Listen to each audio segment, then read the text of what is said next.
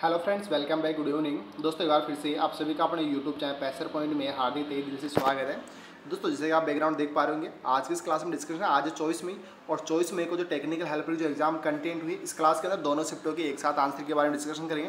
First shift व second shift यानी morning shift व इवनिंग शिफ्ट दोनों की जो आंसर के स्टूडेंट के माध्यम जो क्वेश्चन प्राप्त हुए उन क्वेश्चनों के बारे में इस क्लास के अंदर डिस्कस करेंगे। सो क्लास के अंत तक बने रहे और जितने भी साथी नए जुड़े हैं प्लीज़ चैनल को लाइक शेयर और सब्सक्राइब करना ना बोले, साथ ही बेल आइकन प्रेस करिए ताकि वीडियो का नोटिफिकेशन सबसे पहले आपको मिल सके। और साथ ही दोस्तों मैं आपको बता दूं कि जो 20 मई से एक दिन बात करूँ, 20 मई से लेकर 23 मई तक जो टेक्निकल हेल्पर की जो एग्जाम कंटेंट हुए तो इन सभी की जो एक साथ में जो इलेक्ट्रिशियन थ्योरी के क्वेश्चनों की बात करूँ तो उसकी जो क्लास है वो चैनल पर अपलोड कर दी गई है। तो आप डिस्क्रिप्शन बॉक्स में लिंक के माध्यम से जाकर क्लास देख सकते हो। साथ ही मैं बात करूँ नॉन टेक की, तो नॉन टेक की क्लास जल्दी आपको प्रोवाइड करा दी जाएगी, उसका भी लिंक डिस्क्रिप्शन बॉक्स में डाल दिया जाएगा, वहाँ से आप देख सकते हो। और यदि बेल आइकन आपने प्रेस कर रखा है तो सब जैसे क्लास अपलोड होगी आपको उसका नोटिफिकेशन सबसे पहले मिल जाएगा। और साथ ही पीडीएफ की बात करूं तो पीडीएफ भी आपको जो क्लास है, क्लास के जो डिस्क्रिप्शन बॉक्स है उसके में आपको मिल जाएगा। तो बिना टाइम को स्टार्ट करते हैं आज के क्वेश्चन। तो फर्स्ट क्वेश्चन की यदि मैं बात करूँ, और ये फर्स्ट क्वेश्चन है डेल्टा परिपथ, ये एक जो सेकेंड शिफ्ट का क्वेश्चन है 24 मई जो सेकंड शिफ्ट का क्वेश्चन था उसमें पूछा गया था एक डेल्टा परिपथ है, उसमें लाइन वोल्टेज का मान दिया हुआ है और लाइन वोल्टेज का मान कितना है 415, तो फेज वोल्टेज। तो आप सभी को पता है कि जो डेल्टा परिपथ है, डेल्टा परिपथ में क्या होता है VL बराबर VP, यानी कि फेज वोल्टेज और लाइन वोल्टेज का मान क्या होता है बराबर। जबकि स्टार परिपथ में क्या होता है लाइन धारा और फेज धारा दोनों का मान क्या होता है बराबर। बात करें नेक्स्ट क्वेश्चन की, और नेक्स्ट क्वेश्चन कुछ इस तरह से है, मशीन या मोटर में बात करूँ अल्टरनेटर या मान लो प्रत्यावर्तक, तो इनमें जो हीटिंग दोष होता है यानी कि जो हीटिंग दोष होता है उसे दूर करने के लिए कौन सी कुंडली काम में ली जाती है, तो कौन सी अवमंदक कुंडली या डैम्पिंग कुंडली। अगला क्वेश्चन है अपना स्तर धारा चार्जिंग विधि, यानी कि कांस्टेंट करंट जो चार्जिंग विधि है वो काम में ली जाती है। तो स्तर धारा चार्जिंग विधि में जो होता है करंट का मान जो होता है यानी कि आई का मान क्या रखा जाता है, इस तरह रखा जाता है। तो अब बात करें नेक्स्ट क्वेश्चन की, और नेक्स्ट क्वेश्चन अपना क्लास ए के प्रकार, यानी क्लास ए की जो आग होती है उसके प्रकार के बारे में से पूछा गया था।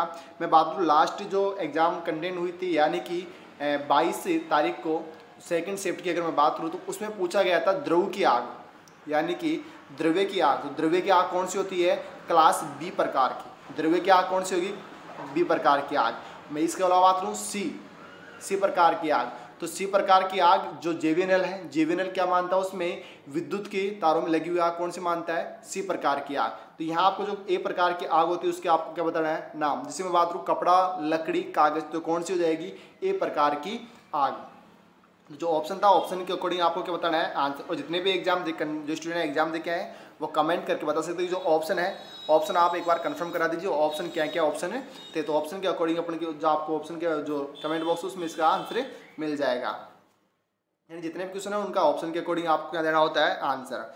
अगर आप आते हैं नेक्स्ट क्वेश्चन की, तो नेक्स्ट क्वेश्चन था जो कि मेगा ओम से रिलेटेड था, यानी कि मेगा ओम से अगर मैं मेगा ओम की बात करूँ, मेगा से बात करूँ तो 10 की घात क्या हो जाएगा 6। अब ऑप्शन में क्या दिया हुआ था, यदि 10 की घात 6 ओम दिया हुआ है तो आपका आंसर क्या हो जाएगा 10 की घात 6, या फिर इसको अगर हम बदलें तो 10 किलो 10 की घात 3 किलो ओम भी इसको अपने लिख सकते हैं। तो ऑप्शन के अकॉर्डिंग अपन इसको आंसर देंगे। अगले क्वेश्चन की बात करें तो अगला क्वेश्चन पूछा गया था विद्युत चुंबक जो इलेक्ट्रोमैग्नेट है उसका उपयोग यूज उसके क्या होते हैं। तो जैसे कि ऑप्शन की बात करूँ तो विद्युत चुंबक होती है, तो विद्युत चुंबक कहाँ, जैसे कि अगर मैं लाउड स्पीकर की बात करूँ, लाउड स्पीकर की बात करूँ, लाउड स्पीकर के अंदर कौन सी होती है विद्युत चुंबक की होती है और स्थायी चुंबक दोनों प्रयोग में ली जाती है। जैसे मैं बात करूँ पंखा, फैन, मोटर, जनरेटर, अल्टरनेटर, इनमें कौन सी चुंबक होती है विद्युत चुंबक। तो ऑप्शन के अकॉर्डिंग आपको इनका आंसर देना है और सभी कमेंट करके बताया कि ऑप्शन क्या क्या थे इसमें।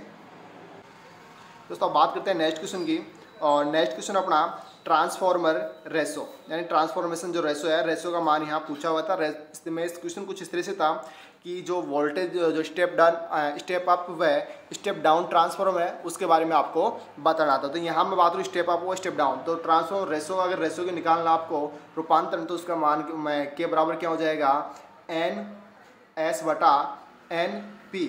अब मैं बात करूँ स्टेप अप व स्टेप डाउन का आपको पता करना था, तो स्टेप अप यदि कुंडली में मान लो कि जैसे प्राथमिक कुंडली है वह सेकेंडरी कुंडली, प्राथमिक कुंडली में लपेटे कम है और सेकेंडरी में ज़्यादा है, तो कौन सा हो जाएगा स्टेप अप प्रकार का, यानी कि स्टेप अप ट्रांसफर हो जाएगा। और यदि आपके सेकेंडरी में कम है और प्राथमिक में अधिक है तो कौन सा हो जाएगा स्टेप डाउन। और अगला क्वेश्चन था अपना लैंप से 2 क्वेश्चन पूछे गए थे एग्जाम के अंदर। तो यहाँ मैं क्वेश्चन की बात करूँ तो एक तो प्रदीप्त तीव्रता से संबंधित क्वेश्चन पूछा गया था और एक लक्स से क्वेश्चन पूछा गया। तो प्रदीप्त तीव्रता या इल्यूमिनेशन, जैसे आपको मान लो कमरा है, कमरे के अंदर आपको लैंप जला रहे हो तो जो चारों तरफ आपको जो रोशनी प्राप्त होती है वो क्या कहलाएगी, प्रदीप्ति या फिर इल्यूमिनेशन, और इसका मात्र क्या कहलाता होता है, लक्स। अगला क्वेश्चन था लेड एसिड बैटरी। जो लेड एसिड बैटरी है उस टाइम जो डिस्चार्ज के टाइम पे लेड एसिड बैटरी में क्वेश्चन इस तरह था कि लेड एसिड बैटरी में डिस्चार्जिंग के समय जो ऋणात्मक प्लेट होती है, ऋणात्मक प्लेट उस पर बनता है, तो उस पर क्या बनता है, PbSO4। तो ऋणात्मक के टाइम पे यानी डिस्चार्ज अवस्था में मैं बात करूं तो ऋणात्मक व धनात्मक दोनों पे क्या होता है, PbSO4। इसके अलावा बात करें नेक्स्ट क्वेश्चन की, तो सबसे कम प्रतिरोधकता यहाँ पूछा गया है, सबसे कम रेजिस्टिविटी वाले चालक। तो सबसे कम अगर सामान्य बात करें तो क्या हो जाएगा, चांदी। अब ऑप्शन में क्या थे वो आप ऑप्शन के अकॉर्डिंग आपको क्या देना है आंसर, और सभी दोस्त सभी से निवेदन है कमेंट करके बताइए कि आंसर क्या था इसका, यानी ऑप्शन क्या क्या थे इसके। अगला क्वेश्चन है डीसी मशीन की बॉडी। तो डीसी मशीन की बॉडी क्या किस्म होती है, कास्ट आयरन की। और अगला क्वेश्चन है ओम के नियम द्वारा ज्ञात किया जाता है। तो ओम का जो नियम होता है ये काफ़ी बार एग्जाम जो है प्रत्येक एग्जाम में क्वेश्चन रिपीट हो रहा है। ओम के नियम के द्वारा क्या ज्ञात किया जा सकता है, तो V बराबर क्या होता है, I/R। तो इसमें वोल्टेज, धारा और प्रतिरोध तीनों ज्ञात कर सकते हैं। दोस्तों बात करते हैं नेक्स्ट क्वेश्चन की। नेक्स्ट क्वेश्चन है P बराबर 60 वाट और V बराबर दिया हुआ है यहाँ पर 12 वोल्ट। तो I बराबर आपको मान पूछा गया है, तो I बराबर हो जाएगा P/V। तो 60 बटा आपको निकालना है 12, तो 12×5 तो कितना हो जाएगा, 5 एम्पियर। दोस्तों अगर क्वेश्चनों में बात करूँ तो इन जो क्वेश्चनों के अंदर ही आपकी जो फर्स्ट शिफ्ट है और सेकंड शिफ्ट दोनों के कंबाइन के रूम में जो क्वेश्चन है वो है। अगला क्वेश्चन कुछ इस तरह से बिल्कुल क्लियर क्वेश्चन है, वही क्वेश्चन है रिपीट हुआ है यहाँ पर। 500 वाट दिया हुआ है और 110, तो वही धारा का मान पूछा हुआ है आपसे, तो P/V यानी कि आपको निकालना है 500 बटा कितना हो जाएगा 110। जो आपका आंसर है वो क्या हो जाएगा इसका आंसर जब आप इसमें भाग दोगे। अगला क्वेश्चन है बिना उष्मा के जॉइंट।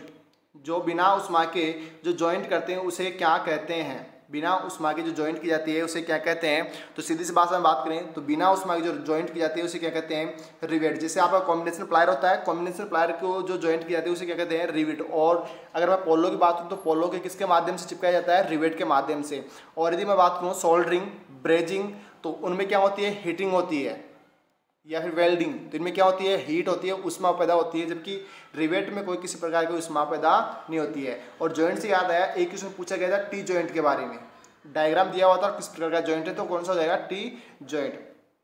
अगला क्वेश्चन है डीसी शंट मोटर की स्पीड कंट्रोल। तो डीसी शंट मोटर है उसके आगे के माध्यम से भी कंट्रोल कर सकते हैं और शंट के माध्यम, शंट फील्ड कंट्रोल के माध्यम से आप कंट्रोल कर सकते हो। अन्य नाम की बात करूँ, अगला क्वेश्चन था इसी में, जो शंट मोटर होती है, शंट मोटर का अन्य नाम तो स्थायी स्थिर गति वाली मोटर। और अगला क्वेश्चन है लेड एसिड सेल, जो सीधा संचायक सेल होता है उसकी वोल्टेज का मान, तो वोल्टेज के बाद 2.2 प्रति सेल वोल्टेज। और अगला क्वेश्चन है RLC परिपथ से है, यहाँ पर RL परिपथ से है, RL परिपथ से है और यहाँ पर R का मान दिया हुआ 40 ओम और L का मान दिया हुआ 60 ओम। तो आपको Z का इम्पीडेंस का मान निकालना है। तो इसका फॉर्मूले की बात करें तो ये हो जाएगा R² प्लस XL²। तो इस फॉर्मूले में आपको मान रखना है 40 का स्क्वायर, 60 का स्क्वायर और इसका मल्टीपल के गुणा करके आप जब जोड़ोगे और इसका रूट निकालोगे जो आंसर आएगा क्या हो जाएगा आपका आंसर। अगला क्वेश्चन है ऊर्जा मीटर। तो यहाँ क्वेश्चन पूछा गया था ऊर्जा मापी। तो ऊर्जा मापी किसके द्वारा मापते हैं, kWh मीटर के माध्यम से। और मेगर की हम बात करें तो मेगर क्या होता है, अचालक प्रतिरोध नापता है, यानी मेगा ओम के अंदर। अगला प्रश्न है मानव शरीर, ह्यूमन बॉडी की जो गीली अवस्था में जो रेजिस्टेंस का मान पूछा गया तो कितना होता है, 1 किलो ओम, यानी कि 1 किलो ओम का जो गीली त्वचा का प्रतिरोध। अगला क्वेश्चन है क्रेकल टेस्ट किया जाता है। जो क्रेकल टेस्ट है ट्रांसफार्मर में किया जाता है। तो क्रेकल टेस्ट क्यों करते हैं, जो ट्रांसफार्मर के अंदर नमी या फिर पानी की जो ट्रांसफर तेल है उसमें पानी की जो मात्रा है उसे उसका पता करने के लिए कि कौन सा तेल टेस्ट करते हैं, क्रेकल टेस्ट। अगले क्वेश्चन बात करें तो अगला क्वेश्चन था रेफ्रिजरेटर, यानी कि जो फ्रिज होता है, फ्रिज के अंदर जो मोटर की कौन सी प्रकार की मोटर काम लेते हैं, तो इसमें काम लेते हैं एसी मोटर। एसी मोटर यानी मैं बात करूँ एसी के अंदर इंडक्शन मोटर या सिंगल फेज इंडक्शन मोटर, या फिर मैं बात करूँ तो सिंगल के जो कैज बात करूँ तो एसी सीरीज मोटर। ऑप्शन में क्या था, अब ऑप्शन के अकॉर्डिंग आपको आंसर देना है कि ऑप्शन में क्या पूछा गया था, इंडक्शन मोटर दिया हुआ है या वाउंड जो इंडक्शन मोटर या फिर एसी सीरीज मोटर दिया हुआ है या फिर सिंगल केज रोटर मोटर दी हुई है, तो उसका आपको ऑप्शन के अकॉर्डिंग क्या देना हो, राइट आंसर। और जितने भी साथी नए जुड़ रहे हैं प्लीज़ चैनल को सब्सक्राइब करते रहिए और अपने दोस्तों के साथ जो है लिंक को शेयर करते रहिए। और दोस्तों एक बार फिर से मैं बता दूं आपको, जो चैनल पे 20 मई से लेकर 23 मई तक की जो क्लास है, एक साथ जो पेपरों की कमांड क्लास वो अपलोड हो गई। उसमें जो टेक्निकल हेल्पर जो है इलेक्ट्रिशियन थ्योरी क्वेश्चन है, उन क्वेश्चनों के बारे में उसमें डिस्कशन किया है। साथ ही मैं बता दूं जीके की जो क्लास है वो आपको जल्द ही प्रोवाइड करा दी जाएगी। और आज की क्लास में यहीं तक, फिर मिलते हैं नेक्स्ट क्लास में एक इंटरेस्टिंग टॉपिक के साथ। Thank you, have a nice day. और सभी साथी चैनल का जो लिंक है उसको शेयर करते रहिए। धन्यवाद।